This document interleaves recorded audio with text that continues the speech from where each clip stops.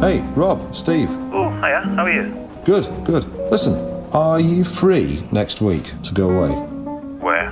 It's kind of a tour of the north, a restaurant tour. Really good restaurants. Right. Why me? Misha can't come and I don't want to go alone. I've asked other people, but they're all too busy. It's a job. I'm not asking you to go on holiday with me or anything weird. It's for the Observer magazine. So, do you want to come?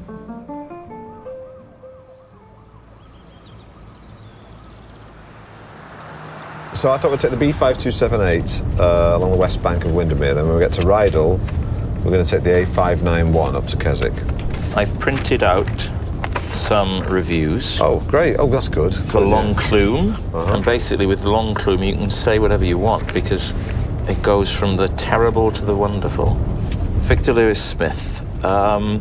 Never mind all the talk of inventiveness and variety, the result was as formulaic as McDonald's, with the same splatter of Technicolor bird shit on every plate. Then... That's quite unkind. Giles Corran in The Times. Love is not strong enough to describe what I felt about Longclume in Cartmel. I am breathless with admiration, respect and awe for the skill, imagination and restraint of the 20-odd plates of Simon Rogan's food that I ate in my 2 visits. 2/3 of the way through that, you were thinking of doing Anthony Hopkins, weren't you? Yes. Yeah, I heard it in your voice. Are you glad I didn't? I am glad you didn't, and I admire your restraint. I was dazzled, blown away by the originality, integrity and extravagance I found during the best run of restaurant experience after years. Love, not strong enough to describe what I felt about it. Please, Christ. Restaurant I would eagerly promise to honour and obey. I would honour you, sir. I would honour you in the restaurant, sir. No, sir. No, sir. Excellent. I'm breathless with admiration, respect and all right. Jesus Christ, it's so early shouting like that. I'm breathless with Really hot. admiration. It's really unpleasant. Respect, well, he is when he does that, isn't he? I know he is, The anger. and by default, you are. Well, yeah, because right I inhabit the role, sir. I'm not a turn, am I? And I inhabit the role. Yeah, no, you're a real method actor. Yeah. You're right up there with Pacino and... Oh, Christ, I better be careful what I say. What do you got? Al, there's method in my madness.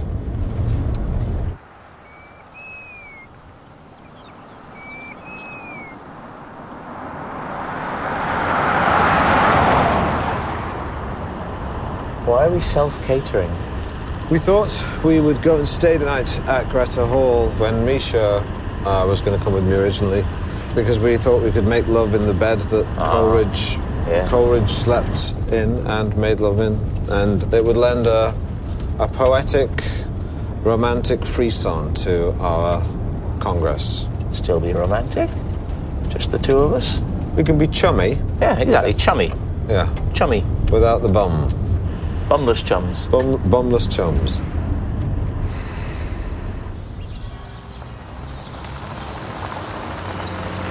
Very big, isn't it?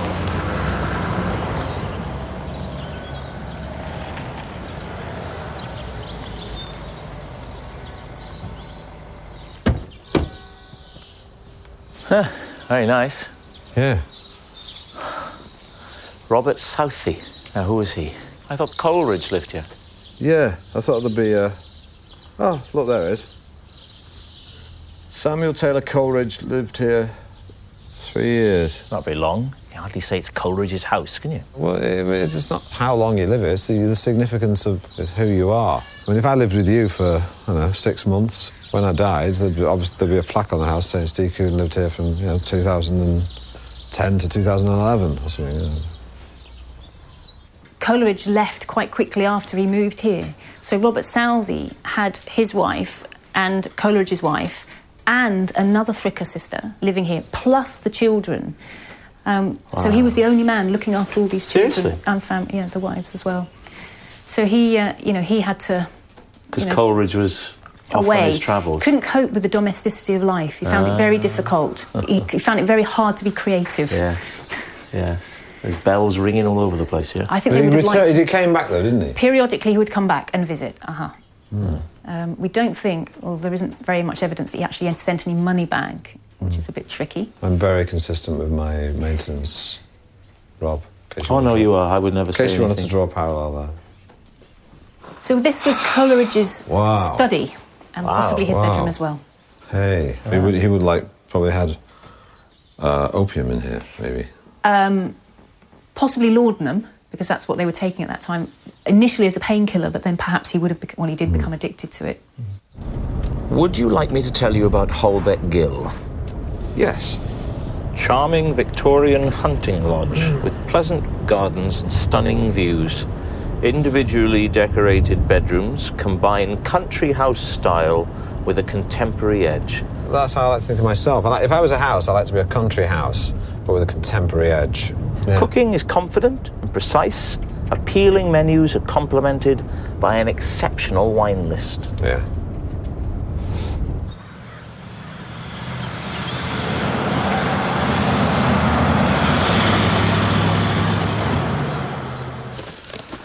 Oh, hey, look at that. See that? Beautiful. You can't paint that. Well, you could, but be a bit rubbish. Probably sell it for about 25 quid in one of the tourist shops around here. why did you do that, eh? Why? You know, it's physically impossible. Ah, we're back. Are you ready to order? Yes, please. Shall I go first? Yep. Could I have the scallops to start, please? And then I'll have the pigeon as the main course. I will have the rabbit, please, followed by the lamb. Thank you. Nice image, rabbit following a lamb. It's a bit weird, Rob. A bit weird. Yeah. Can I have a knife for the butter, please, and a rolled up £20 note for the salt? Thank you. Gentlemen, your wines, the Giuliani and the Chevrolet Premier Cru. Ah, marvellous. Premier Cru. I know that means it's good. Premier Cru. Premier, first, the best, Cru. Don't know. mystery. But that's good. It's good to have mystery about these things. It's a premiere, though. It's good. It's the first of something. Would you like to try, gentlemen? Do you want to try it, Steve? Yes, please. Thank you. That's fine.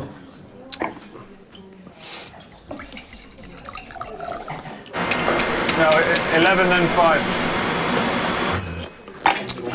The mise en bouche is pumpkin and gruyère velouté. Pumpkin and gruyère velouté. What is it, sorry? Pumpkin and gruyère.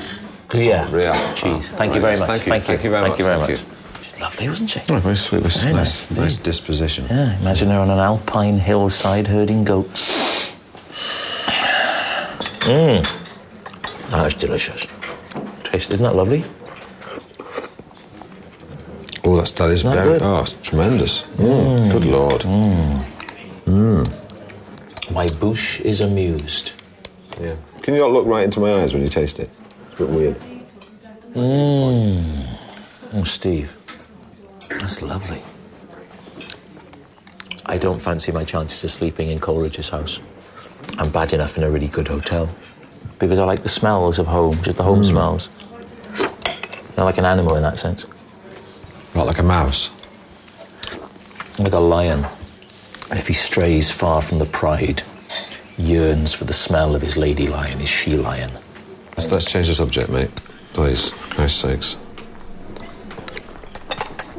Oh, hang on, sorry. Can we finish? Oh, my God. Oh, Rob, please. Thank you very much. Thank you very much. Thank you. Okay, service. Level 6, scallops. Love This is Hazlitt on Coleridge.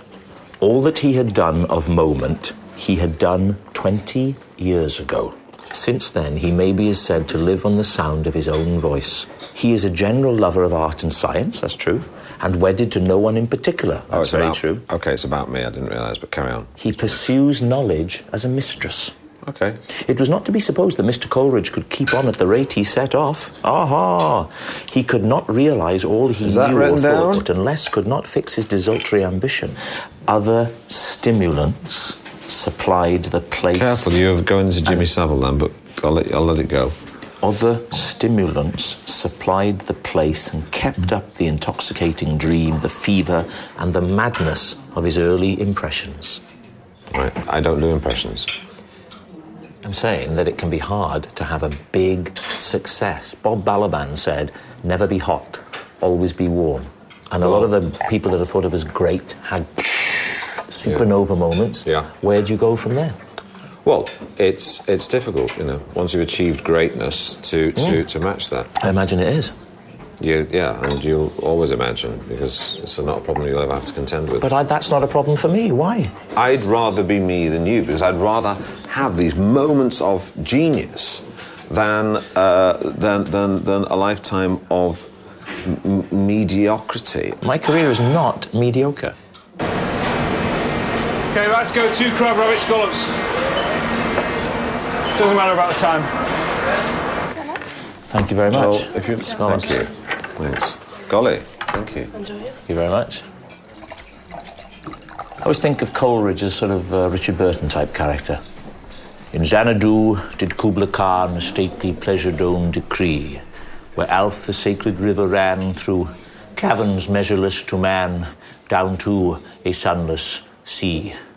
I'm very impressed with that. You shocked me, because I would have thought that you would have preferred Olivia Newton-John's version of Xanadu. I think both Newton-John and Coleridge tackled the subject of Xanadu with varying degrees of success. They call it Xanadu. Yes. Xanadu. Xanadu. In Xanadu. Ably abetted by Jeff Lynne of the Electric Light Orchestra. Electric Light Orchestra. The Electric Light Orchestra. First one, pigeon lamb on coal, followed by duck lamb on coal. Wordsworth took his time. He's a plodder.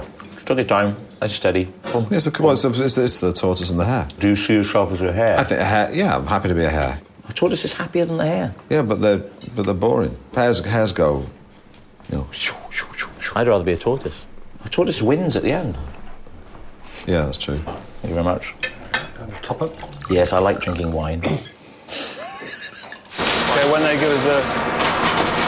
And then we'll just plates up here and we'll... Better to burn out than fade away. Neil Young. One small leap for man, Neil Armstrong. One small leap for man. It was actually one small step for man, one giant leap for mankind. But it was meant to be one small step for man. He got it wrong. He got his lines wrong. Yes, he did. He got his lines He hadn't wrong. learnt them. He hadn't thought it through. Thank you very much.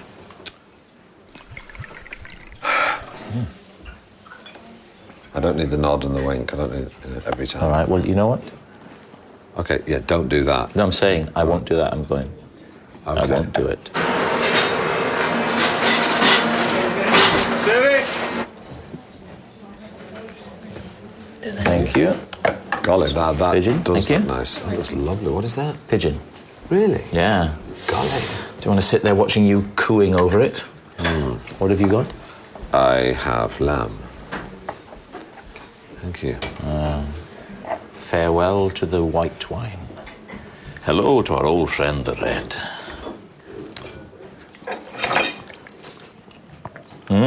That's nice. That's very nice. Well, do you think we just have the same conversation in every restaurant? Yeah, of course we do. We're No, about essentially having the same conversation in every place we go to. Right, we start out being a bit awkward with each other, have a little bit of wine, exchange a few frivolities. Loosen up, enjoying each other's company. To enjoy each other's company, have a bit more wine, get cantankerous, Yeah. and Pick faults with pick each other. faults with each other, and it descends into a kind of a sort of a bitter, unhappy end to the meal. Just a little haggis. Yeah. Anyone ever asks you to go on a haggis hunt, be careful what you say. They're taking you for a fool. Taking you for a fool. It's a bloody fool. There's no such thing as a haggis hunt. No, I don't know what a haggis hunt would be. That's all I hear. That's anywhere to say. I just imagine myself putting my knife upside down and just pressing my head onto it then. Desperate to be taken seriously, aren't you? No, you can't treat your entire life like a Radio 4 paddle show. Yes, you can. Alex James said he celebrated his 20th birthday with alcohol, his 30th with drugs, and his 40th with food. Is that how it is for you? Well, don't you find it exhausting, still running around, going to parties and chasing girls at your age? I don't run around and chase girls. I mean, You do? No, You chase girls. I don't chase them. You sound like Benny Hill. But don't you find all that exhausting at your age? No. Do you find it exhausting looking after a baby? Yes, I do. Yeah, well, everything's exhausting when you're past 40. Everything's exhausting at our age.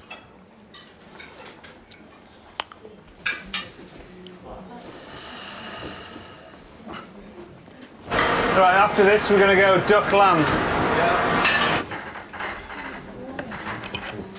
Oh, dear. Rather miserly portion. It's like a mouse is taking a shit on your plate. Yeah. Here is Petit champagne cheese. Oui?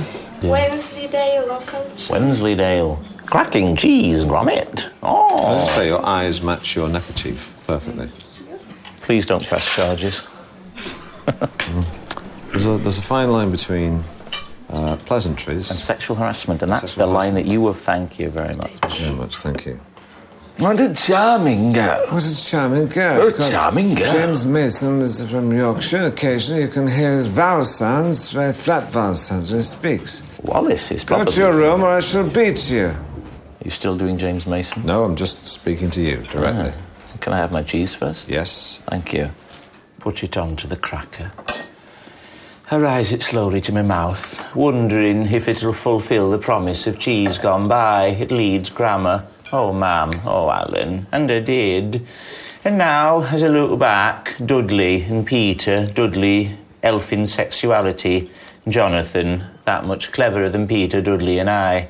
And yet, Alan Peter Dudley and me. Peter Dudley and me, not sorry. Peter Dudley and I. The cheese evoking memories of... Well, I was hoping that interjection might curtail your Alan Bennett odyssey. Oh, no, not at all. The cracker found under the sofa.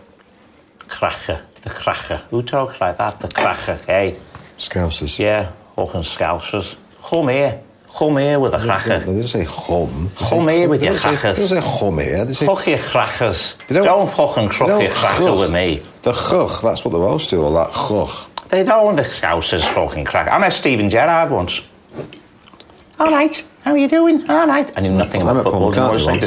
I'm not just listing the Liverpoolians I met, I'm just telling you I met him, he's a footballer. I'm not listing him either, I'm just Probably saying, never even heard telling you I met Paul McCartney, that's good, I'm envious. Too much cheese. You can say that again. That should be the name of your autobiography. Too much cheese. Yeah, and yours should be sticky toffee pudding. Well, that's devastating, I'm devastated. That was lovely, thank you, delightful. He's made light work of that, hasn't he? Short shrift. With Trevor Eve. Thank you. Friday at 9 on BBC One. Very nice indeed. A bill, please. Yes, of course. I'm tired now. Quite like to sleep. I think you should. Thank you, Terry. There'll be more from Terry. Same time tomorrow. Right, the Doobie Brothers. What a fool believes. This fool believes any old nonsense.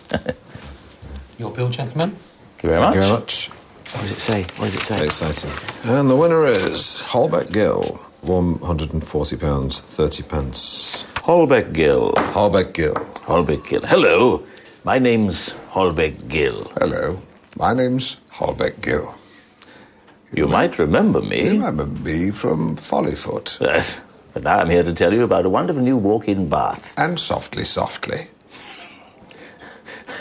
I once played an elderly gentleman with concussion in Holby City, but I was cut out. And I played an elderly gentleman who was wrongly accused of being a paedophile. And that was important to me, that he was wrongly Very accused. important to me. I said, I don't mind being a paedophile as long as he's wrongly accused. Anyway, if you're over 50... If you're over 150... If you're over 150... If you're like worried me... about intruders... then turn your semi-detached house into Fort Knox. With my aluminium blinds. And look at my razor wire. Look at them. You know, a small child of 12 tried to enter my garden the other day and went away with lacerations to his hands and wrists, thanks to my razor wire and shards of glass. Can't do that. I know it's illegal, but I don't care. I'll do what I can to keep the little shits off my property. I'm Holbeck Ghyll. Good night. Hi, Emma. Hey, you alright? Yeah, I got a missed call. Yeah, I was just phoning to remind you about the photographer. She's going to meet you at Hipping Hall tomorrow. Okay. Well, hey, hang on. Photographer? Yeah, for the photos, the article. We talked about it in the office, remember? Yeah, it's on my right, itinerary. Yeah. Okay, yeah. Okay. Her name's Yolanda, by the way. And I'm going to come up with her tomorrow, so you'll see me then. If you need anything in the meantime, just give me a shout. Yes, miss. Okay, all right, I'll talk to you soon. Thanks, Dad. I'll see you tomorrow then, yeah? See you tomorrow. Tomorrow? All right. Good. Take care. Okay, bye. Bye.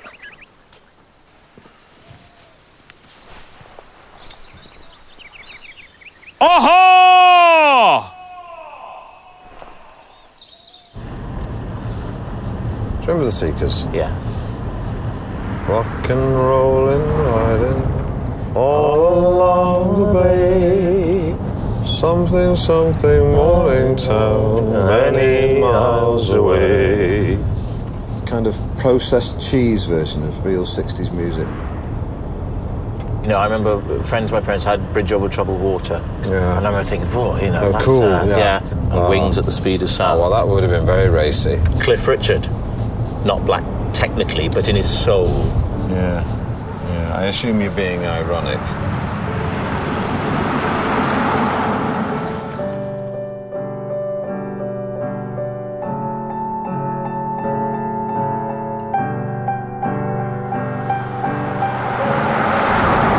Look at this. Magnificent. This is Langdale. You know what that means? It means Long Valley in Viking. This would have... Oof! All this was formed in the last ice age about 10,000 years ago. Incredible, isn't it? How far are we going to go? It's a little bit further. Because it's late. I know. As you can see, the sun is now the other side of the... Hello. It's okay. Hello. Hi. Human history's been recorded for, 3,000 years? And yet, you know, we're right now we're in a warm period. But there's going to be another ice age very soon, right? In about, say, a few thousand years. But that's a blink of an eye. The rocks here were formed 400 million years ago. 400 million years ago. It's like where we are now. This was a huge volcanic caldera. This was a volcanic lake, a molten volcano, and it was on a landmass called Avalonia that drifted from the South Pole all the way to where we are now over sort of hundreds of million years. We shouldn't probably go much further just because of the light.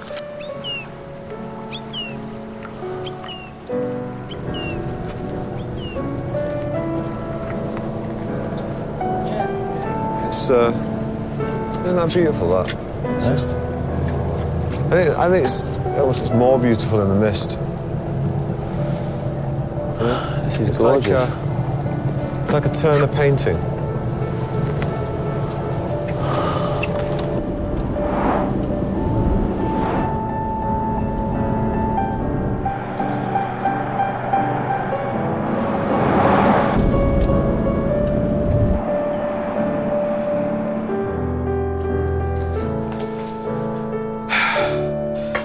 Maybe get 2 tickets for Dove Cottage.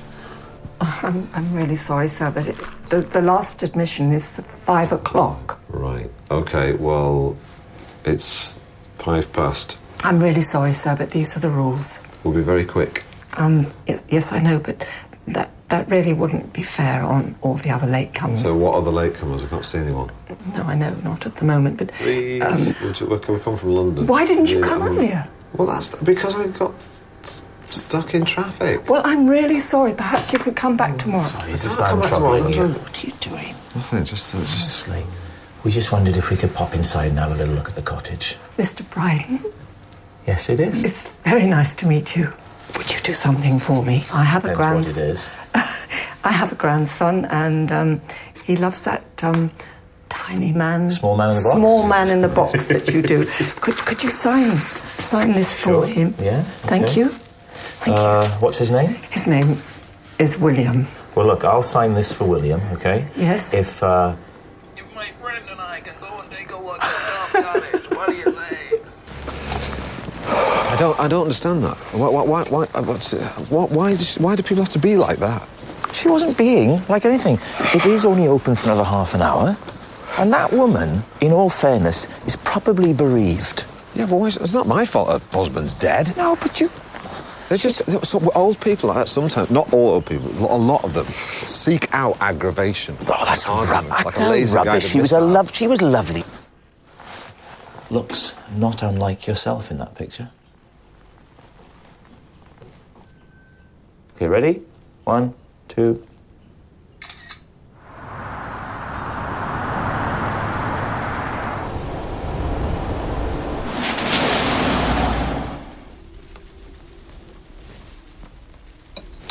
Want some? No, thank you. Sure? Absolutely. Never smoked. Oh. That's the trouble with you, Rob. You're not open to new experiences. I would remind you of the time I had a Red Bull and Coke. That's not what Coleridge would have been imbibing. He wouldn't have been having a spliff, would he? No, he wouldn't. But I mean, if they'd been around, he would definitely have partaken if they'd been around. If you really want to pay tribute to him, you should be having some opium. What? That's... Or its modern-day equivalent. The modern-day equivalent, that's heroin. Yeah, that's what I'm saying. Right. Not junkie, Rob. I'm trying to get into... I'm not encouraging you to become hooked on heroin. I'm just saying... It sounds like you are. I'm not. Why would I do that? I don't know, for a laugh. Oh, it's a hell of a laugh. You know, Steve, you've seen Steve lately. I live in that council estate, curled up in his own shit. That was my doing, that was. I suggested he try heroin. Cracking idea. I would never do that.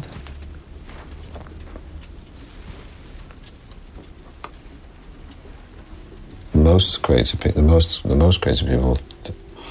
smoke, you know. Smoke marijuana, smoke hash.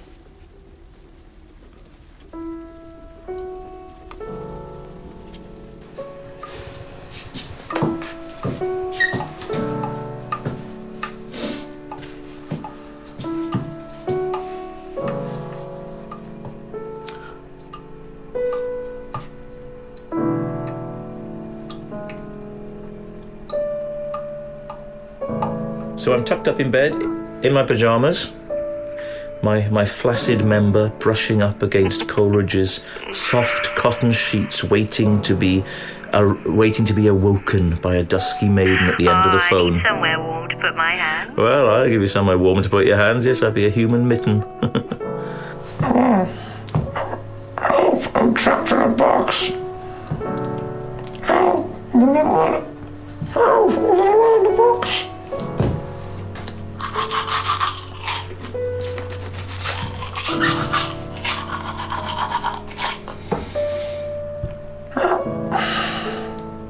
Help me! I'm in the red box in the box.